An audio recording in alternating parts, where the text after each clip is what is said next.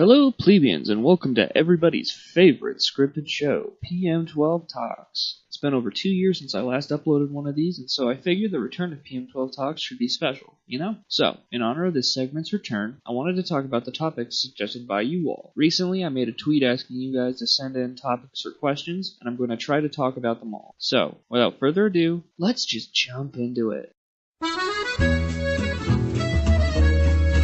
Okay. So for the uninitiated, T-Series is an Indian music channel, so basically the Indian version of Vivo. The relevance in the English-speaking community started to take form when they started gaining more subscribers on average than PewDiePie, the most subscribed channel for several years now. Many have speculated how T-Series managed to get to the position they are in now. For instance, some believe that T-Series was so heavily advertised in India that subscribing to T-Series was a normal part of having an Indian YouTube account. For me, this theory makes the most sense and seems to line up with what we see. There's also a rumor that had gone around that YouTube automatically subscribed new accounts in India to T-Series, which is entirely bogus. Credit goes out to YouTuber Timeworks for figuring this out. So basically, using this VPN, I connected to India and I made a YouTube channel there. But look at that, homepage, you can see some T-Series stuff popping up. As you can see here, it's asking me for my India phone number. So the VPN works. YouTube thinks I'm in India. Okay, we're gonna go over to T-Series, the YouTube channel. Okay, we are not subscribed. Guys, this just in, we are not subscribed to T-Series. Sorry, that was super intense. So it's not true. When you create a YouTube account in India, you don't automatically get subscribed to T-Series. Overall, I don't dislike the idea of T-Series becoming the largest channel, although I do dislike the implication that corporations will soon be the largest channels on YouTube.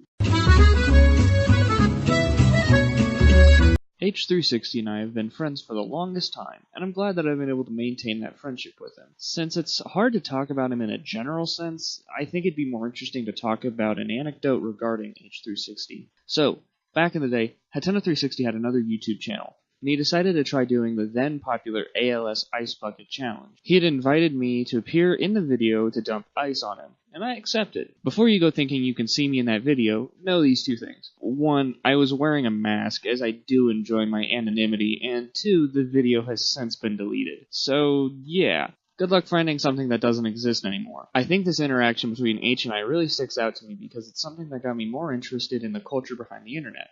And it's very likely I wouldn't have started my YouTube page as early as I did without Hatena360's influence. On top of that, I'd certainly be less experienced in video production. Needless to say, he's been a huge influence on my channel, and I'm grateful he had convinced me to start when I did. It's been around 4 years since I had found C-Luv on Twitch, which was before he had 100 subs. You can even see me in his 100 sub special. Oh, Pie Man 1200. Yeah, that reading of my name was weird for me too. Almost didn't recognize myself. So, C-Luv was fairly active for the first 2 years that I've known him, and after taking about a 2-year hiatus from YouTube, finally returned. For those unaware, he makes Minecraft content, but I've found that you really don't have to enjoy Minecraft to find him engaging. I'm glad he's back with his new main series, which I'd recommend, and hope we can collaborate on something sometime in the future. Thanks for the question, Munkee, and also, congratulations on becoming Indiepogo's second Leap Lord. This question is a bit difficult for me to answer because I tend to get more excited about games after their release as opposed to before. For instance, I probably wouldn't have really thought about buying Indiepogo until it came out and looked fun. Even a game with massive hype like Smash Bros. Ultimate doesn't really have incredible amounts of hype from me. I don't currently own a Nintendo Switch, so I couldn't play Smash Ultimate until that changed. So, excitement is a little low. Though I don't particularly hate any upcoming releases, the best way I think I'd be able to answer this is which upcoming game I think is the best deal. In which case it'd be Smash Ultimate due to its incredible cast size, song selection, stage variety, and competitive potential. From the looks of it, Smash Ultimate is going to deliver to us all far more than what we could have asked for. Well, most of us. It's a little unclear what you're trying to ask, as it could be interpreted as one of two questions. 1, are you pro or against fan films? Or 2, what makes a fan film good in your opinion? For the sake of being thorough, I'll answer both. I'm all for making fan films because I'm all for being able to freely express whatever you want. That being said, I think fan films are only ever really good if they respect the source material that they use, as deviating too far from the source becomes a new story that all prior context derived from the original has to be thrown out the window. Fusion Fall Retro, from what I can gather, is a three-dimensional game that stars lots of characters from early Cartoon Network. I think games based on pre-existing IPs are extremely difficult story-wise, as the game's creator has to be careful not to ruin the established personalities of the characters they use. Based on these screenshots I've pulled from their website, the game doesn't look half bad, although I probably wouldn't play it simply because you, Matt Cub, want me to.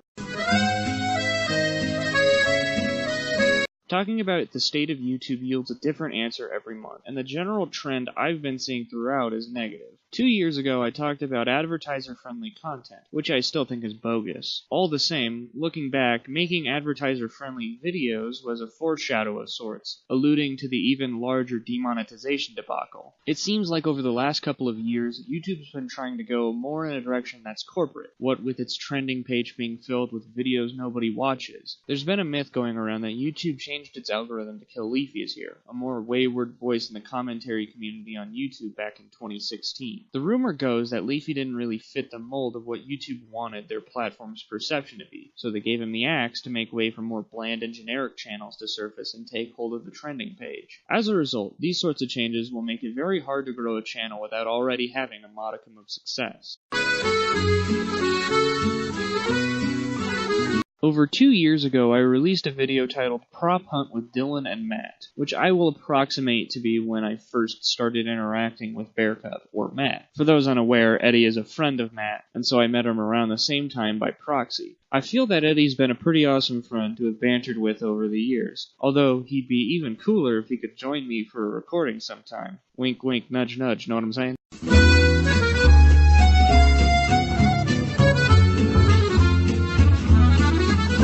Short answer, yes. As for that long answer, well, I think that art says something about the artist, though the subject of the art doesn't need to reflect on the artist. If you're an author, you don't have to have a super distorted mind to create a world that's disturbing and gory. I'd say that most people could take a stab at how to write a dark story without being pessimistic themselves. I think the same goes for art. I could draw a picture that suggests something really horrible, when in fact I don't hold the views suggested in that image.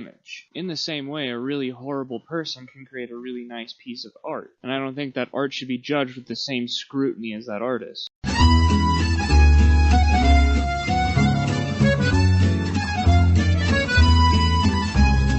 Well, I don't know if my plans are going to be very successful given my track record building the channel over the years. What I can say is that I have some other fun projects in the work that I hope are worth sharing. Some other measures I'll be taking to try and grow the channel include eventually getting back into live streaming, doing some more collaborations, and overall trying to market myself better. That being said, I'm not really that concerned with growth. As long as I have fun making videos, I'll be more than willing to serve content up to the few of you who watch me. Alright, and that's going to do it for the video.